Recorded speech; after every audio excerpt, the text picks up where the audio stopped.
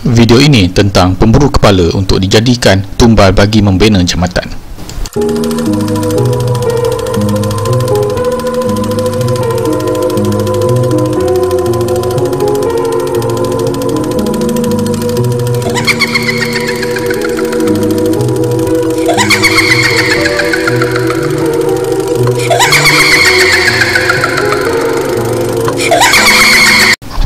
Selamat pada semua.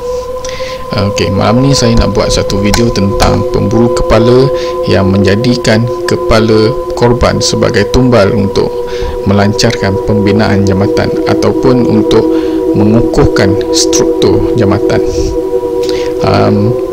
especially jambatan konkrit lah. Jadi upacara tu ataupun ritual tu dilakukan rasanya lebih daripada 100 tahun. Sampai yang saya dengar tu dalam tahun 90-an ada orang gunakan ritual tu. Dan pada tahun 2000 sampai sekarang ni saya tak pernah dengar lagi lah. Sebenarnya pemburuan kepala ni dilakukan, kisahnya bermula bila kontraktor yang membuat projek untuk membina jambatan konkrit berdepan kesukaran apabila kerja-kerja pembinaan jambatan diganggu oleh semangat ataupun penunggu sungai ataupun sungai yang diorang nak bina jambatan ni. Tapi saya rasa bukan sungai saja, rasanya mungkin selat ataupun dia macam jambatan Pulau Pinang. Macam mana nak cakap selat ni, lebih kurang macam tu lah. Okay, janji penunggu yang berada di kawasan yang pembinaan jambatan tu sedang dibuat. Jadi gangguan tu ataupun halangan untuk membina jambatan tersebut membuatkan dia kontraktor dia pergi cari solution, dia pergi jumpa pawang bomoh untuk mencari solution, dan solution yang berkesan adalah dengan mencari kepala korban untuk diambil kepalanya, dipancung kepalanya, dan kepalanya ditanam ataupun disimen sekali di salah satu tiang jambatan lah. Jadi yang saya dengar daripada orang tua, diorang menyatakan cara ritual tu dilakukan ataupun cara diorang memancung kepala orang dilakukan dengan cara diorang cari mangsa, lepas tu diorang pukau mangsa sehingga mangsa tak boleh berbuat apa-apa, mangsa kaku terpukau, baru diorang pancung kepala dia. Maksudnya dia bukan penggal cara macam mengerat apa, dia terus pancung macam tu. Dia pancung sekali, dah putus kepala. Okey, dengar cerita orang tua, dia pungut kepala korban tu. Dia orang tak silap, bila dia orang berjalan meninggalkan badan korban, dia orang tak boleh toleh ke belakang. Tak silap saya macam tu lah. Saya tak ingat lagi macam mana cara dia orang buat, berdasarkan pada cerita-cerita orang tua lah. Okay, kes yang paling terkenal dalam sejarah pemancongan kepala orang untuk dijadikan bahan untuk membina jambatan ni adalah kes Janet. Kes pembunuhan ni berlaku di Kuching. Yang saya baca di internet, dia kata tahun 60-an. Tapi ada orang yang bercerita kata dalam 70-an, saya tak pastilah. Sejarah Janet ni sebenarnya bermula, Janet ni seorang staff nurse yang bekerja di Hospital Umum Sarawak. Okay. Dia punya hobi, bila dia balik kerja, setiap kali dia balik kerja malam, dia suka menonton wayang. Panggung wayang berdekatan situ lah. Saya tak pasti panggung wayang tu ada lagi ke tak.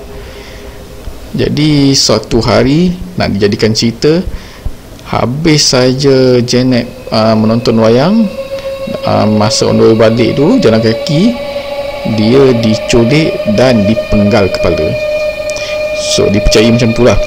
So dipercayai kepala dia diambil untuk ditanam di salah satu tiang konkrit jambatan Satok, salah satu tiang kaki dia lah. Jadi bila kes kehilangan Janet ni dilaporkan oleh keluarganya ke pihak polis, so pihak polis mencari. So dipendekkan cerita, mayat badan mendiang Janet ni dijumpai berdekatan kat situ. So kepala dia tak jumpa lah. So bila masa hari pengkebunian dia, mayat Janet ni dipakaikan dengan baju berwarna merah sebagai simbol, bukan kata simbol, sebagai tujuan untuk apa, supaya Janet ni boleh membalas dendam terhadap kematiannya. Lebih kurang macam itulah dia punya kisah. Jadi semenjak daripada tu, penampakan hantu Janet ni sering kelihatan berkeliaran di kawasan Satok lah, di kawasan Satok, di kawasan Kuching, maksudnya dekat Satok lah, senang cerita. Jadi kes yang paling terkenal, kes gangguan hantu Janet yang paling terkenal yang saya dengar, bila ada seorang lelaki dia terjumpa dengan hantu Janet ni. Dia tak tahu yang tu adalah hantu. Dia ingatkan perempuan mana yang lawa je ni, ajak keluar, macam lebih kurang macam tu lah, ajak tengok wayang lah apa. Selas-selas dia diganggu, macam tu lah. Saya tak pasti dia cerita ni macam mana, tapi pendek cerita, ramai lelaki yang diganggu oleh hantu Janet ni. Sebab korang tahu kan, dia pun dibunuh oleh lelaki atas tujuan yang tu. So dia cuba nak membalas dendam, tapi saya tak pastilah kesudahan daripada orang yang memancung kepada Janet ni lah. Saya tak pasti. Itu kisah yang pertama yang paling famous berkenaan dengan pemburuan kepala untuk dijadikan bahan ataupun tumbal untuk membina jambatan konkrit. Itu yang paling famous lah yang kita dengar. So satu lagi kisah yang menyayat hati yang saya pernah dengar orang bercerita. Kisah ni berlaku tak silap pada 80-an ataupun 90-an, lebih kurang macam itulah. So kisah ni bermula apabila seorang wanita, dia membawa 3 orang anaknya, anak kecil, di dalam satu kereta. Dia orang pergi ke mall, tak silap saya mall lah. Dia pergi sampai dekat parking dekat basement. So si ibu ni dia tinggalkan anak dia 3 orang ni dalam kereta. So dia pun masuk dekat mall. Okay, nak dijadikan cerita, dia keluar daripada mall, nak masuk dalam kereta balik. Bila dah sampai dekat kereta, alangkah terkejut dan meraung si ibu itu bila dia melihat 3 orang anak dia mati tanpa kepala dengan berlumuran darah. Kisah ni berlaku, kalau tak silap saya, dekat Sarawak tak silap, atau saya tak ingat. Yang saya dengar lebih kurang macam tu lah. Kisah tu nak kata baru lagi tak juga, tak silap saya 90-an ke, lebih kurang macam tu lah, saya tak ingat lagi. So bila sepanjang kes yang macam ni berlaku, sepanjang apa kata orang, benda ni jadi viral, bukan dekat sosial media. Dulu tak ada sosial media dulu. Dia orang kira viral melalui mulut ke mulut. So mana-mana kanak-kanak yang berkeliaran, yang bermain selepas sahaja pukul 5 ataupun petang, memang parent dia orang memang suruh dia orang balik rumah, tak bagi dia orang main. Lagi teruk, kanak-kanak ni semua dia orang memang tak bagi main dekat luar. Bila kes-kes yang macam ni sedang merancak berlaku, kalau tak silap saya pada awal 90-an, Lebih kurang macam tu lah. Dia awal 90-an sehingga pertengahan 90-an memang ada kes pemburu kepala ni dia nak cari kepala. Lagi sedap, lagi best kanak-kanak lah. Diorang cari kepala kanak-kanak, diorang potong kepala kanak-kanak, lepas tu diorang pergi tanam dengan dekat tiang konkrit jambatan lah. Sebab diorang kata kepala kanak-kanak ni adalah yang paling favorite bagi penunggu sungai. Penunggu sungai tempat yang diorang nak bina jambatan ni lah. Sebenarnya bukan sahaja dekat Jambatan Satok, bukan sahaja dekat yang saya pernah dengar ni dekat Penang. Jambatan Penang pun ada kes ni.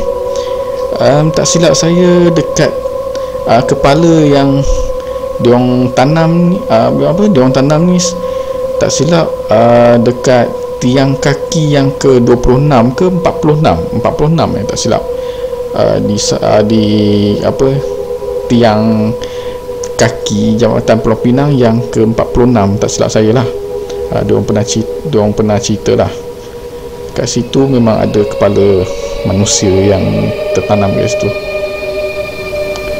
So jambatan yang mana saya tak pasti, Jambatan Pulau Pinang yang lama ataupun yang jambatan yang kedua, saya tak pastilah. Tapi saya rasa jambatan yang pertama tak silap kot. Sebab tu lah kan, jambatan dekat area-area situ memang banyak lah kes penunggu, kes hantu yang berkeliaran di atas jambatan. So banyak kemalangan yang berlaku kat situ. Dekat Jambatan Satok tu sebenarnya banyak kes kemalangan maut sebenarnya. Tak tahulah sebab hantu jangit ke ataupun sebab kata orang tiada keberkatan dalam pembinaan jambatan. Sebab saya cakap macam tu sebabnya ialah dia bunuh orang, ambil kepala, dia tanam dekat kaki jambatan kan. So sekarang ni rasanya tak ada lah. Saya dengar orang buat macam tu lah sekarang. Yang ada yang kecoh pun kes-kes cari organ dan jual secara black market tu je lah. Penjualan organ secara haram, itu yang saya yang kata orang yang sekarang ni orang tengah kecoh. Bukan kata tengah kecoh lah, daripada dulu lagi dah kecoh dah. So kita kena hati-hatilah dengan apa-apa yang di sekeliling kita. Tak semestinya kita takut untuk dipancung kepala, tapi juga untuk mengelakkan diri daripada kita dicolek, especially kanak-kanak. Takut dia orang dikena colek, tak tahulah dia orang mungkin diambil organ dia ke, ataupun dijadikan tebusan, ataupun yang paling famous yang zaman 90-an dulu, kes di mana kanak-kanak yang diculik, dipotong kaki tangan untuk dijadikan peminta sedekah untuk meraih simpati orang ramai untuk menderma. Ianya dijalankan oleh sindiket pengemis lah, sindiket pengemisan macam tu. Yang paling famous dekat Thailand lah. Sekarang ni saya tak pasti, tapi zaman 90-an dulu memang teruk lah kes macam ni. Itu yang kita tak nak sebenarnya. Bukan setakat kita takut anak-anak kita kena culik untuk diambil kepala untuk bina jabatan apa semua. So saya rasa itu saja video saya untuk malam ni. So sebelum saya mengakhiri video ni, please subscribe, like video ni, komen, dan jangan lupa tekan tombol loceng untuk mendapatkan lebih banyak video-video yang akan saya upload dari masa ke semasa. So itu saja. Jumpa lagi di video yang akan datang. Bye.